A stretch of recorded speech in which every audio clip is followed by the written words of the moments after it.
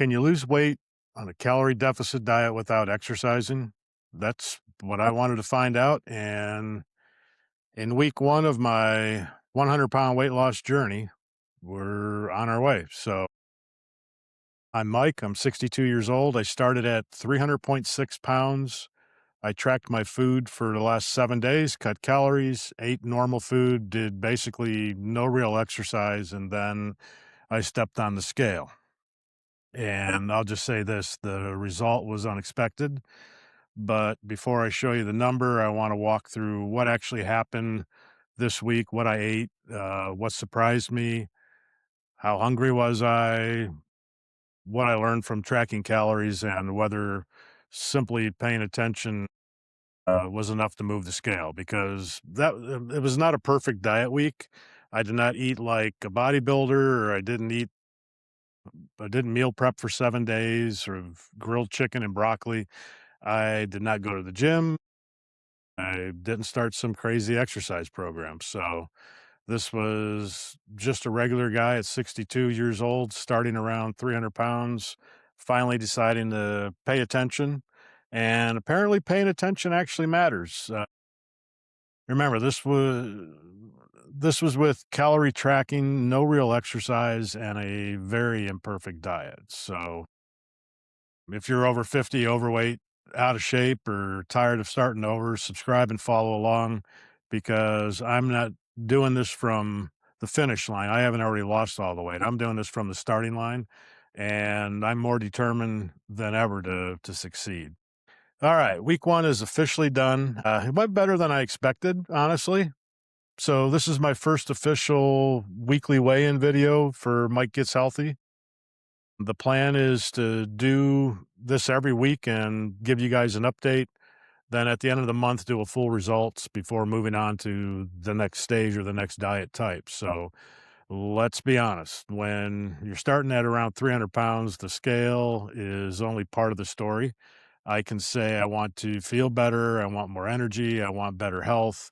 I want my clothes to fit better. But at some point, I need a number that tells me whether I'm moving in the right direction or not. So that's what these weekly weigh ins are going to be.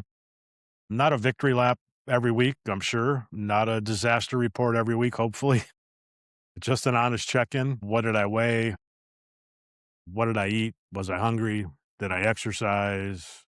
What did I learn? And what needs to change next week? That's really the whole point. And I think that's what a lot of us need, not another motivational speech, not another magic diet, just an honest weekly check-in. Now, like I said, I'm going to hold the actual weigh-in number until a little bit later in the video because if I just give you the number right now, it doesn't really tell you the full story. If someone says I lost weight this week, you don't know really what that means. Did they starve themselves? Did they exercise 2 hours a day? Did they cut out every carb? Did they eat nothing but protein shakes? Did they actually stick to the plan, or was it just water weight? So before I show the number, I want to show you what the week actually looked like because this week was not perfect, and that might be the most important part of this whole video. Also, I'm not a big sweets guy, so keep that in mind. Yes, I eat some, but I've never been a desserts guy per se. Maybe an occasional candy bar or donut here and there, but never really been a craving for me until last week. I can't tell you how many times something sweet just sounded good. It was confusing for sure. Your mind starts playing tricks on you, I guess, trying to convince you to go find something to eat. This week I used an app called Calo, Calo. I think that's how you say it, to track my meals. I'll put a link down in the description for you guys to see it. If you have a favorite app for meal tracking, let me know down in the comments. Calo is the first and only app I've tried so far, and for the most part, it does what I want. It does really good job of giving you the data from even a photo. So you can take a picture of what you're eating and it analyzes the image and gives you the calories, etc.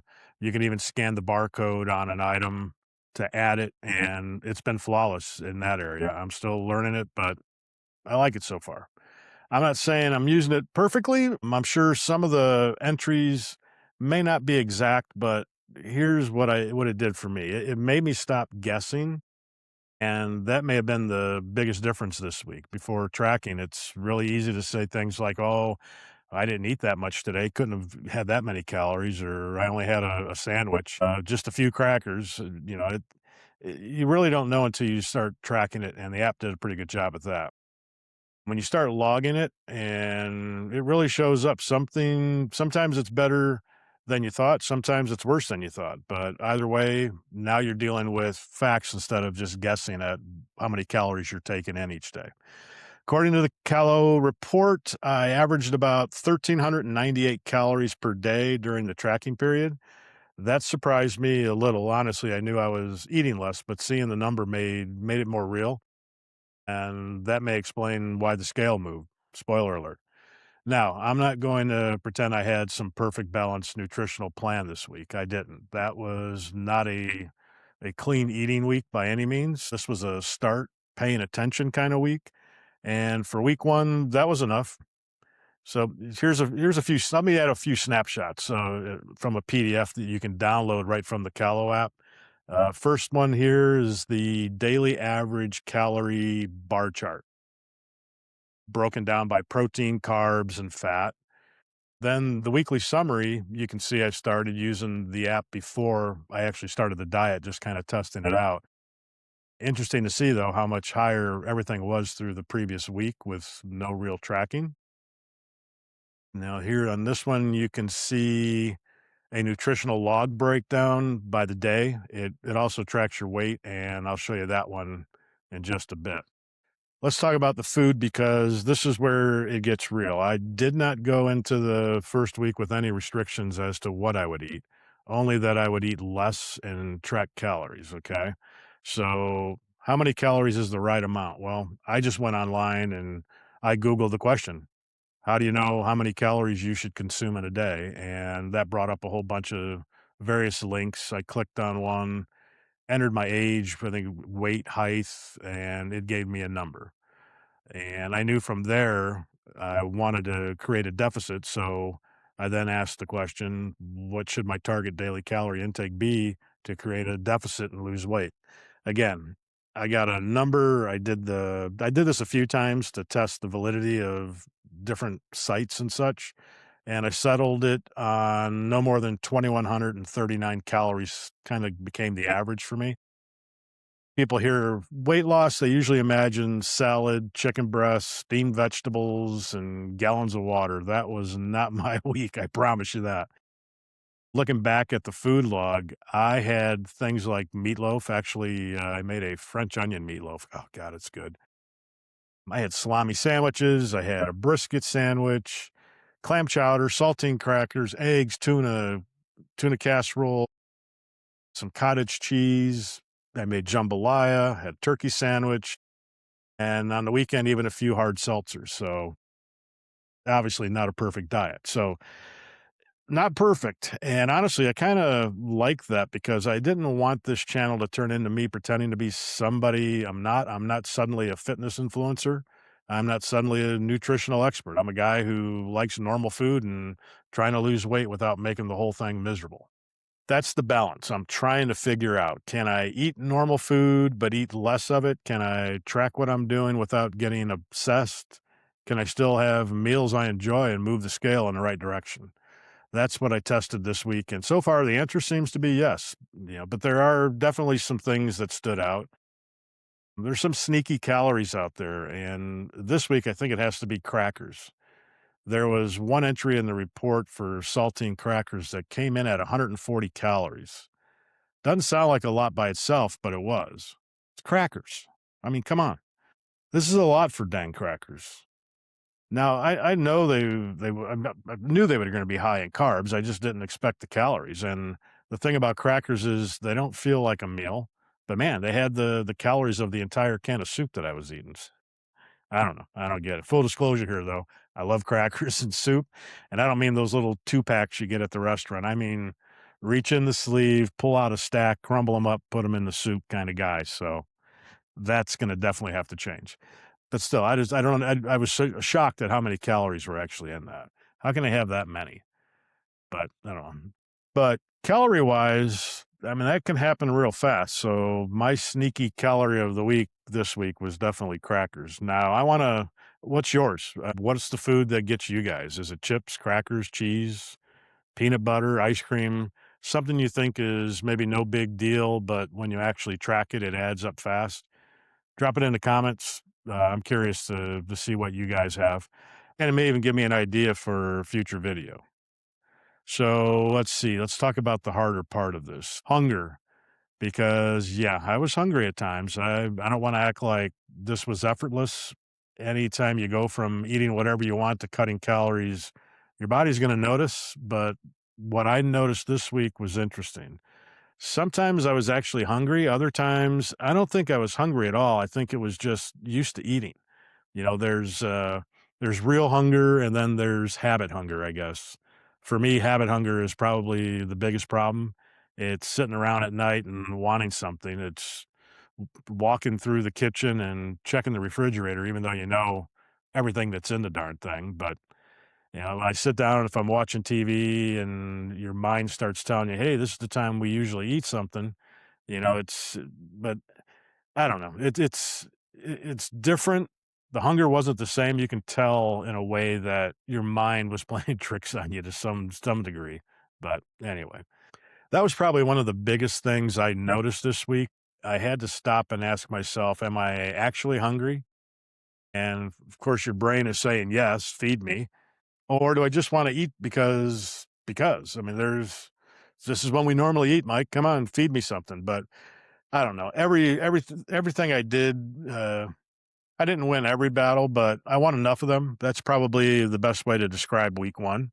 Not perfect, just better, and maybe that's all I need right now. Better.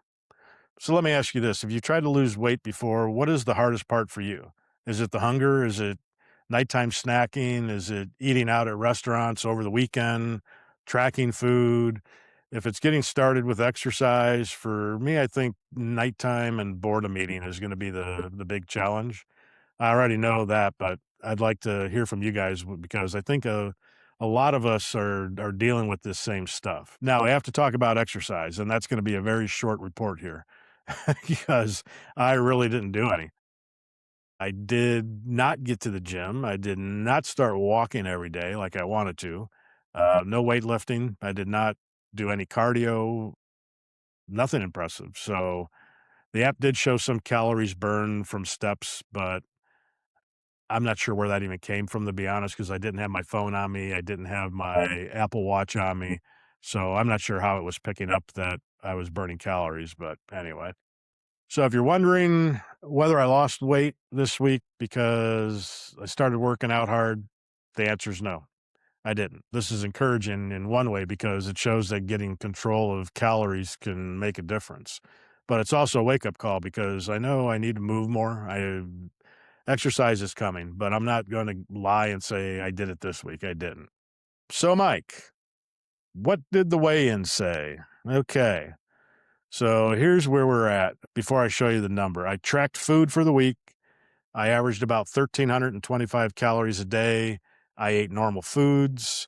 I had some good choices. I had some not so great choices. I had hunger. I had cravings. I did basically no planned exercise. So the question is, did it work? Did simply tracking food and cutting calories move the scale? Honestly, I was hoping for maybe 2, 3 pounds. I thought if 4 pounds happened, that would be great first week, and 5 pounds would be a huge victory. I mean, it was only 7 days, right? But when I stepped on the scale this morning, I had to look twice. My official starting weight was 300.6 pounds. This morning, I weighed in at 291.8. I mean, 1 week's time, I'm down 8.8. I'm just going to call it 9. I'm going to give myself the extra 2/10 of a pound. So I'll take it. I know every week's not gonna be like that. I know the first week can be a big drop. I know some of that is probably water weight, but I don't care. I'll take the win because for me, it was not about the numbers. It was about proving that I could start. It was proving that I'm not stuck. It was about proving that if I pay attention, my body will respond, and really, I needed that. I really did. Because when you see 300 pounds on the scale, it can feel like the mountain is too big. I start thinking, how did I even get this far? And then you think, can I really fix this? I mean, this week gave me a little proof that I can. Not overnight, not perfectly, but 1 week at a time for sure. And honestly, starting the channel was a huge game changer. I'm not some YouTube guru. Heck, the last video was my second time ever recording myself. So, but putting it out in public, accountability, it just felt like if I keep this to myself and if I fail, nobody will know and it didn't matter. But for me, that would make it way too easy to fail and not be accountable, I guess. Yeah, so I'm glad I did start the channel. If you want to follow this journey, make sure you subscribe. This is week 1. I'm not showing you a before and after the fact. I'm showing you the beginning while I'm still in it. So you get to see what it is now, and hopefully you notice changes over the week. The goal is to lose weight, improve my health, and figure out what actually works for a regular guy in his 60s. Some weeks will be good, some weeks probably won't be, but I'm going to show up and report it either way. If that sounds like something you want to follow, hit subscribe and come along for the ride. So that's week 1. I tracked my food, I cut calories, and I went from 300.6 pounds to 291.8, down basically 9 pounds. And I'm extremely happy with that. If you're on your own health journey or you're thinking about starting one, subscribe and follow along. This is Mike Gets Healthy. Week 1 is in the books. And remember, it's not about perfect, it's about getting better. I'll see you in the next one.